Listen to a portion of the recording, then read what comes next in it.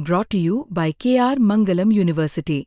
We provide you the platform to turn your dreams into reality. Give wings to your aspirations with KR Mangalam University. 30 साल का Rohit Kumar fish बेचने के लिए पटना के एक घर पर जाता है। बता दें कि मुजफ्फरपुर का ये एरिया होता है जहाँ पर वो फिश सेलिंग करता था। इसी दरमियान वो पहुँचता है एक घर पर और कहता है कि क्या आपको मछली लेनी है। अंदर से आवाज़ आती है एक महिला की कि नहीं लेनी है। वो महिला एक विधवा थी, अपनी बेटी के साथ उस घर में रहा करती थी। इसी दरमियान फिश जो सेलर होता है यानी मछली बेचने वाला जो शख्स होता है रोहित, उसकी नज़र उसकी बेटी पर पड़ती है। महिला की तबीयत ठीक नहीं थी, वो सोई हुई थी। इसी दरमियान लड़की जो है घर से बाहर निकलती है। रोहित की नज़र उस लड़की पर पड़ जाती है। लड़की अपने घर से जैसे ही 11 बजे, आपको बता दें कि 26 मई 11 बजे का वक्त था जब वो निकलती है, तो इसी दरमियान रोहित जो है उसका पीछा करने लगता है। रोहित साइकिल से आया था मछली बेचने के लिए। अब लड़की जैसे जैसे आगे बढ़ती है, रोहित उसे फॉलो करने लगता है और आगे जाकर लड़की को कहता है कि क्या तुम्हें कुरकुरे और चॉकलेट खानी है। लड़की की उम्र 11 साल थी। लड़की कहती है कि हाँ मुझे खानी है। सुबह का वक्त था, वो चली जाती है उसके साथ। इसके बाद रोहित अपने साइकिल के पीछे उस लड़की को बिठाता है और ले जाता है एक सुनसान एरिया में, जो खेत होता है, खेत खलियान, और उसके बीच में पॉन्ड जो होता है, वहाँ पर वो लड़की को ले जाता है और उसके साथ वो वहाँ पर रेप करता है। आप सोचिए, 30 साल का रोहित 11 साल की बच्ची के साथ उस पॉन्ड के किनारे वो रेप करता है। इसके बाद लड़की को बुरी तरह से जख्मी कर देता है। क्योंकि वो मछली बेचने वाला था तो उसके पास ऑलरेडी चाकू था, रस्सी थी। इसके बाद वो क्या करता है, जब अपनी हवस को मिटा लेता है उस लड़की से, तो वो लड़की के गले को एक रस्सी से दबाने की कोशिश करता है, रेतने की कोशिश करता है। और इसके जब वो ये सब चीज़ें कर लेता है तो अपना चाकू निकालता है और लड़की के शरीर पर गंभीर रूप से चोटिल कर देता है लड़की को। अब उसे लगता है कि लड़की मर चुकी है और वो खुद वहाँ से फरार हो जाता है। अब जब थोड़ी देर होती है, लड़की अपने घर नहीं पहुँचती, तो माँ उसे ढूंढने के लिए निकलती है। अब वो ढूंढते ढूंढते पहुँचती है, पूछती है गांव के लोगों से कि क्या आपने मेरी बच्ची को देखा। इस पर कोई बोलता है कि नहीं, हमने नहीं देखा। और एक शख्स वहाँ पर होता है जिसने कोइंसिडेंटली उस रोहित को उस बच्ची को ले जाते हुए देख लिया था। उसने कहा कि हाँ, मैंने रोहित के साथ आपकी बच्ची को साइकिल पर जाते देखा है। अब माँ उसके कहने पर वहाँ ढूंढने की कोशिश करती है, लेकिन कोई भी खबर उसकी नहीं होती। शाम तकरीबन 7 बजे की बात है, जब लड़की वहाँ पर पॉन्ड के किनारे पड़ी होती है। कुछ लोग वहाँ से जा रहे थे, राहगीर होते हैं, उनकी नज़र उस बच्ची पर पड़ जाती है। वो देखते हैं खून से सनी वो बच्ची वहाँ पर पड़ी थी। अब लड़की को वो जगाने की कोशिश करते हैं तो उन्हें लगता है कि लड़की गंभीर रूप से घायल है। फ़ौरन उसे उठाकर लेके जाते हैं अस्पताल में। तब तक खबर मिल जाती है माँ को कि उनकी बेटी ही वहाँ पर इस स्थिति में पड़ी हुई थी। लड़की की इलाज के लिए उसको ले जाया जाता है SKMCH अस्पताल में, जहां पर आपको बता दें कि 26 मई से लेकर 31 जून तक उसका इलाज चलता है। डॉक्टरों की टीम का कहना था कि उसे बुरी तरह से घायल कर दिया गया था। उसके जो गले हैं उस पर काफ़ी बारीकी से उसे चीरा गया था। इसके साथ ही उसके पेट को काटा गया था और शरीर पर कई जख्म के निशान थे। उसके कानों तक को चोटिल किया गया था। इलाज चल रही थी, लेकिन डॉक्टरों की टीम को लगता है कि कोई प्रोग्रेस नहीं हो रहा है, जिसके बाद वो पटना मेडिकल कॉलेज में लड़की को रेफ़र कर देते हैं। अब लड़की को ले जाते हैं उसके परिवार वाले एम्बुलेंस में बिठाकर लड़की को पटना मेडिकल कॉलेज में, जहाँ पर लगभग 2 घंटे तक वो वेट करते हैं कि अब अस्पताल वाले उस लड़की का एडमिशन लेंगे। अब आप सोचिए कि लड़की गंभीर रूप से घायल है, उसे सांस लेने की दिक्कत हो रही है, ऑक्सीजन सपोर्ट पर लगाया गया है, ऑक्सीजन की मदद से वो सांस ले रही थी। ऐसे में उसे 2 घंटे तक वहाँ पर वेट कराया जाता है।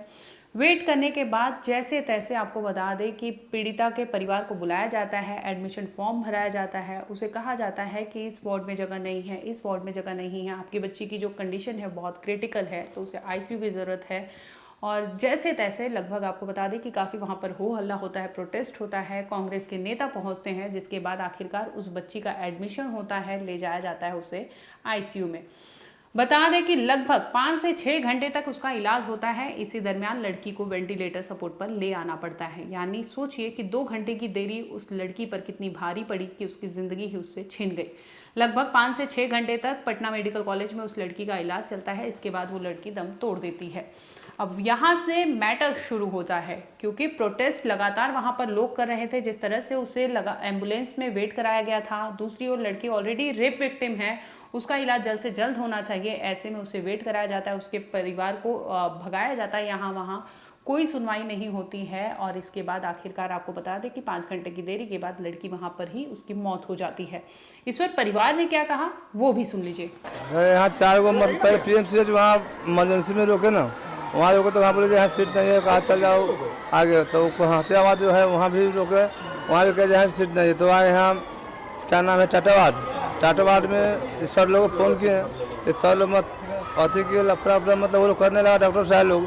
फिर वहाँ नहीं हुआ तो यहाँ बैठा दिए, क्या नाम है ये परसुदी में बैठा दिए।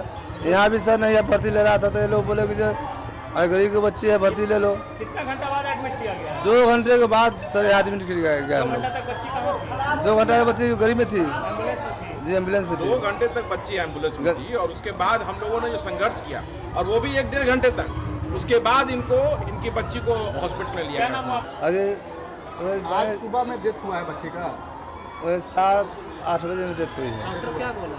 डॉक्टर बोला कभी बोलते डॉक्टर ऐसे आँख खुला के दिख रहा था, तो हमको बच्ची डेथ कर गई। फिर भाई के बोले देखो बुआ के जाके दे, तो भाई के मालूम नहीं था, 1-1.5 घंटा पहले मालूम हमको हो गया था बच्ची मर गई। लेकिन इसको हम नहीं बोले कि हार्ट अटैक कर जाएगा, कुछ भी हो जाएगा, इसलिए अपने भाई को नहीं बताया। कितनी भाई बहन है? बच्ची मतलब अकेली थी भाई बहन में। समय पर एडमिट किया जाता तो बच सकती थी जान? सर मुजफ्फरपुर से हम लाए थे तो वहाँ अच्छे थी, वहाँ भी अच्छी थी सर, जाकर देखे हैं वहाँ भी अपने यहाँ से पंखा का सब होती थी। यहाँ आने का मतलब बिना अन्न पानी का हम वहाँ पानी से नीचे आके रखे डॉक्टर साहब लोग रखे जाके। यहाँ मतलब कल शाम में मतलब कि 7-5 बजे मतलब भर्ती हुई, और मतलब सुबह में डेट कर गई। लापरवाही की सर, डॉक्टर साहब ने लापरवाही थी सर। कुछ ऐसी नहीं, कुछ हर चीज़ है इसमें। मतलब ये बच्चा बेचैन हो गई, सफाई मतलब सीरियस नहीं लिया गया बच्ची का उम्र 10 साल थी, 10 साल। बता दें कि ये लोग 1 जून यानी दोपहर तकरीबन 1:20 पर वहां पहुंचे थे, जिसके बाद 2 घंटे की देरी के बाद उस लड़की का एडमिशन कराया जाता है, उसका इलाज चलता है। हालांकि डॉक्टरों की ओर से जो PMCH पटना मेडिकल कॉलेज के डॉक्टर हैं, उन्होंने बकायदा इसका प्रेस कॉन्फ्रेंस किया, क्योंकि तरह तरह के आरोप लग रहे थे, प्रोटेस्ट हो रहा था। जिसके बाद उनकी PC सामने आती है और उनका ये कहना था कि लड़की को समय से इलाज किया गया था। 2 घंटे की देरी नहीं, बल्कि उस एम्बुलेंस में ENT यानी जो ईयर स्पेशलिस्ट होते हैं वो गए थे, गायनेको से भी उसका इलाज चल रहा था।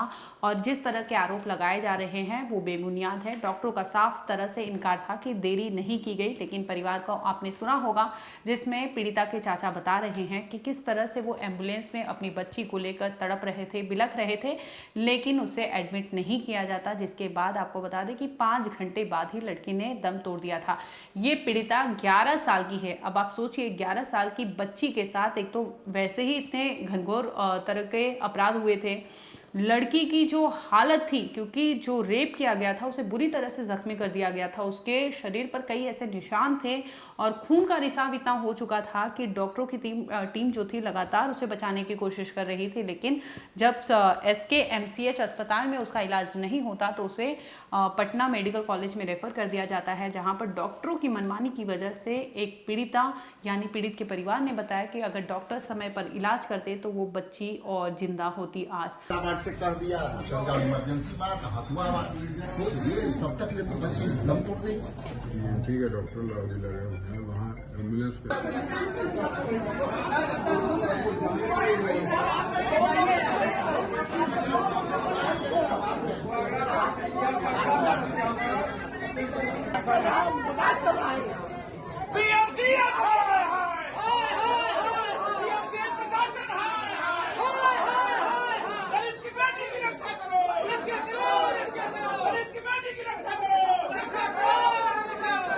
अब आपको बताते हैं कि आखिर डॉक्टरों की टीम ने जिस तरह से अपना पल्ला झाड़ा है और जो आरोप उन पर लग रहे थे उस पर उन्होंने क्या कहा, तो आपको बता दें कि बकायदा उन्होंने प्रेस कॉन्फ्रेंस किया, जिसमें डॉक्टर जो है अभिजीत, उन्होंने बताया कि उन्हें जानकारी दी गई थी कि बच्ची एम्बुलेंस से पहुंची और इलाज की व्यवस्था फौरन करा दी गई थी, ऐसे डॉक्टरों की टीम का कहना है। लेकिन पीड़ित के परिवार को आपने सुना होगा, जैसे उन्होंने कहा कि 2 घंटे तक उन्हें उनकी बेटी ऑक्सीजन सपोर्ट पर थी एम्बुलेंस में, लेकिन किसी को कोई फर्क नहीं पड़ा। वार्ड में यहाँ से वहाँ उन्हें भेजा जा रहा था।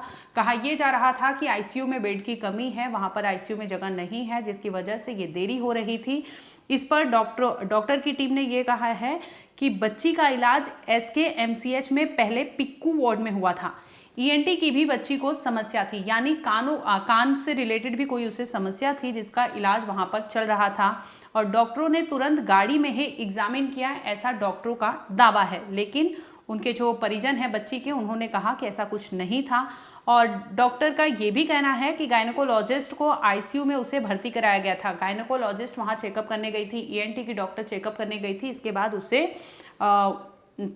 ICU में एडमिट करा दिया गया था और सभी विभाग के डॉक्टर बारी बारी से उसे चेक करने के लिए पहुंचे थे। ऐसा PMCH के डॉक्टरों का दावा है कि बच्ची के इलाज में कोई लापरवाही नहीं की गई थी। दोपहर यानी रविवार 1:23 पर उसे वहां पर लाया गया था, जिसके बाद उसका वहां पर रजिस्ट्रेशन का पर्चा कटा हुआ था। भर्ती होने के 5 घंटे बाद बच्ची को वेंटिलेटर सपोर्ट पर रखा गया था। तो उसके इसमें दिया जा रहा है कि 4 घंटे घूमते रहा, 4 घंटे तक इलाज नहीं हुआ, कोई 9 घंटे बैठ रहे हैं। इस तरह से इसका उद्देश्य है हमारा बताना हम लोगों ने किस तरह से आने के बाद मेरे संज्ञान में मैं अभिषेक था, तो किस तरह से मैंने इसको जैसे ही मेरे संज्ञान में आया डॉक्टर माननीय विधायक राजा पाका प्रतिमादास जी आई तो बोली। उसके बाद में तुरंत अपने इस बगल वाली चैम्बर में था, वहाँ से निकल कर और तुरंत लग गया, क्योंकि तो उसके बाद और भी कुछ लोग आ गए ज़्यादा अच्छी संख्या में, तो वो लोग अपना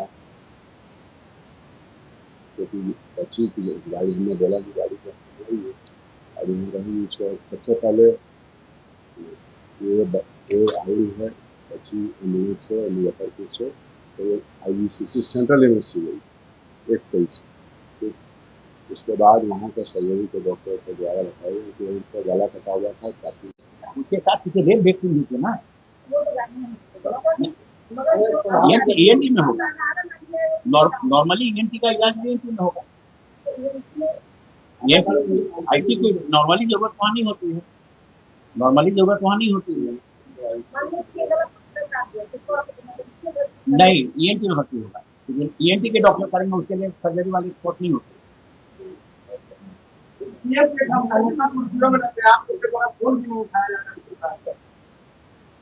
कई बार फोन पत्रकार लोग भी करते तो आपका फोन कोई जवाब नहीं देता, इससे क्या बोली उठाया ही जाता है, ऐसा तो नहीं है। लेकिन कभी काल जैसे कि अब दूसरी जगह कोई मीटिंग लगाते हैं हम लोग, उसमें हो सकता है कि उस समय नहीं सकेंगे।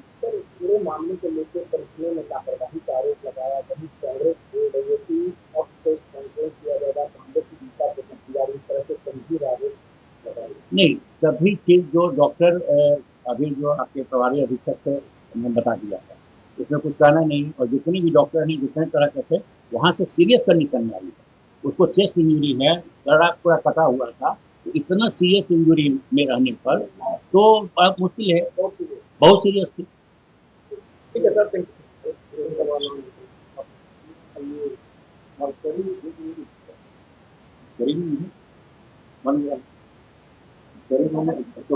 वो एक्चुअली प्रिंसिपल, उसमें प्रिंसिपल साहब के यहाँ जो है तो पोस्टमार्टम डिपार्टमेंट प्रिंसिपल साहब के अंदर का होता था, और वहाँ पर जो है कि वो एयर कंडीशन जो भी है वहाँ लग चुका है।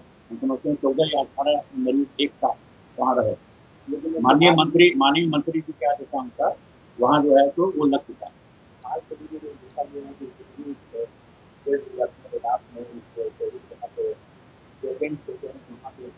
यहाँ बन रहा है ना, नया बन रहा है, क्यों बनेगा? कोई रूम हमारे यहाँ पहले से था, बीच में जो टूट रहा है जिसके सबसे प्रॉब्लम है, फिर नया जो बन रहा है उसमें भी मजदूरी लग रहा है, बनेगा। और अभी जो पोस्टमार्टम है उसमें आपको 14 या 18 बॉडी रखने के लिए एयर कंडीशन वो आ चुका है, और माननीय मंत्री जो मंगल पांडे जी हैं उनके अनुसार वहाँ लग चुका है, BMICL के द्वारा वहाँ लगा। बता दें कि बच्ची जो है 11 साल की, वो 26 मई से 31 मई तक मुजफ्फरपुर में भर्ती थी। इसके बाद ENT विभाग में ICU की व्यवस्था नहीं थी और जिसकी वजह से गंभीर स्थिति उसकी हो जाती है और बच्ची को पीएमसीएच अस्पताल रेफर किया जाता है। बच्ची का जो गला था वो काफ़ी हद तक कटा हुआ था और जिसकी वजह से उसके खून के रिसाव हो गए थे और यही मेजर जो रीज़न होता है कि वो बच्ची को बचाया नहीं जा सका समय रहते हुए। हालांकि जो पीड़ित परिवार है उनका ये दावा है कि अगर लापरवाही डॉक्टर की टीम से नहीं होती तो वो बच जाती। हालांकि इस पर डॉक्टरों की टीम का भी बयान सामने आया है। पटना मेडिकल कॉलेज के जो डॉक्टर हैं उन्होंने बाकायदा प्रेस कॉन्फ्रेंस किया जिसमें उन्होंने कहा कि उनके चाहे गायनेकोलॉजिस्ट हो चाहे ईएनटी के स्पेशलिस्ट हो वो एम्बुलेंस में ही जाकर लड़की का इलाज के लिए गए थे। उसका ट्रीटमेंट आते ही शुरू कर दिया गया था। लेकिन अगर परिवार की बात करें पीड़िता के तो उनका साफ तौर पर कहना था कि किसी भी तरह की कोई मदद उन्हें नहीं मिली थी। 2 से 3 घंटे तक उन्हें लंबा इंतजार कराया गया जिसके बाद उस लड़की का इलाज वहां पर शुरू हो सका। परिवार का साफ साफ कहना है कि ये 2 घंटे 3 घंटे की देरी जो है उनकी बच्ची के लिए काल बन गया और इसी वजह से वो बच्ची ऑलरेडी एक तो उसके साथ गलत हुआ था और इसके बजाय वहां पर डॉक्टरों ने भी ऐसा कर दिया कि लड़की अब उनके हाथ से ही यानी लड़की को वो खो दिए, जिंदगी से अब वो रुखसत हो चुकी है। फिलहाल आपको बता दें कि इस केस में जो रोहित है उसकी जो डेटा निकालती है पुलिस का मैटर होता है। पुलिस इसमें खंगालती है, जांच करती है। इसमें सामने आता है कि 30 साल का रोहित जो है वो हैबिचुअल ऑफेंडर है। वो तरह तरह की रील्स बनाता था और लड़कियों को कहीं ना कहीं टारगेट करता था कि उसके रील्स के थ्रू लड़कियां उसे अप्रोच करें और वो लड़कियों को इस तरह से अपने पास बुलाता था। तो ये लड़की को भी उसने किसी न किसी तरह से बरगलाया क्योंकि लड़की के घर गया था मछली बेचने। उसकी मम्मी मछली नहीं लेती है। इस दरमियान मम्मी की तबीयत खराब होती है। इसी का फायदा उठाता है, लड़की घर से बाहर जाती है और वो लड़की को ले जाता है और पॉन्ड के किनारे उसके साथ वहां पर गलत काम करता है। फिलहाल पुलिस इस मामले में सभी एंगल पर खंगाल रही है। जो रेपिस्ट है यानी रोहित कुमार 30 साल का, उस पर भी पुलिस जांच कर रही है। इसके साथ ही जो पटना मेडिकल कॉलेज में जो चीज़ें हुई हैं, जो 2 घंटे की देरी बताई जा रही है, उस पर भी पुलिस जांच कर रही है कि क्या सच में देरी हुई है जिसकी वजह से उस बच्ची की जान चली गई है। फिलहाल इस केस में इतना ही। आगे अपडेट होगा हम आप तक ज़रूर लाएंगे।